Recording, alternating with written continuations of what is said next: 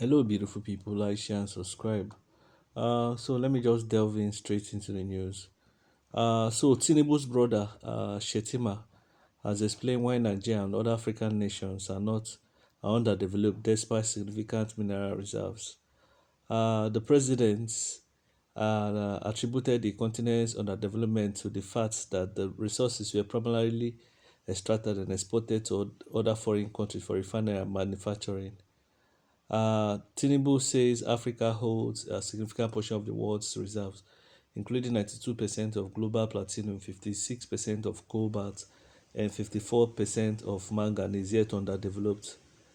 The president attributed the continent's underdevelopment to the fact that the resources were extracted in primary form and sent abroad to be refined. TINUBU was represented by his VP Shettima, who stated this in a keynote address during the African Mineral Strategies Group meeting held on the sideline of the ongoing 79th section of the United Nations General Assembly in the United States, man. In the United States. Anyway, let me leave it at there. I don't want to read all the other rubbish. All those one is story. The main reason why Africa is underdeveloped because Nigerians are stealing the resources. Even if it's just sent in that raw form, I'm sure we can make some progress. Look at Nigeria. We have been mining crude oil. What have the people benefited? What have the communities that have this oil, what have they benefited directly from the federal and from the state? The state governors are useless. The federal is useless. So how can there be growth? I beg, it's not issue of, okay, you're talking of the issue of refinery. Can't you go and learn it? If Nigeria wants to start refining these things in the next 5 years, it's possible. Send your best students to the best schools in the world and let them encourage them to work in multinational companies that are doing this thing. In the next few years, we will be doing these things that these people are doing. That's how China did. You understand?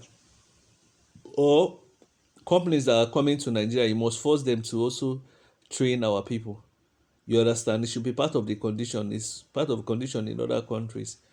So I've watched a documentary in South Korea when they were still underdeveloped. Their president there was a visionary. So what did he do?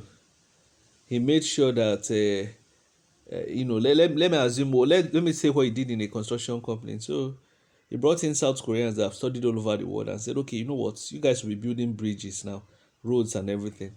So when these guys try to build and the thing is substandard, they will destroy it and they will rebuild it again. That was how these people became perfect in what they were doing. So if you're waiting for somebody to fall for comfort, okay, just like agriculture, now Israel is doing fine.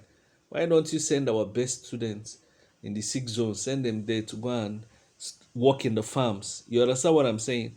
Work from all the levels, from the lowest level down to the farm manager. You will see our people will start doing these things. It's not rocket science. I bet people should get out. Corruption is what is killing the country. You don't even have research institutes. There's Mulungu is not white people. They are not special. There's nothing special about white people. What white people do is try and error. Go and watch how helicopter was built. A helicopter that we are seeing today is not in this form. Is not like as it used to be.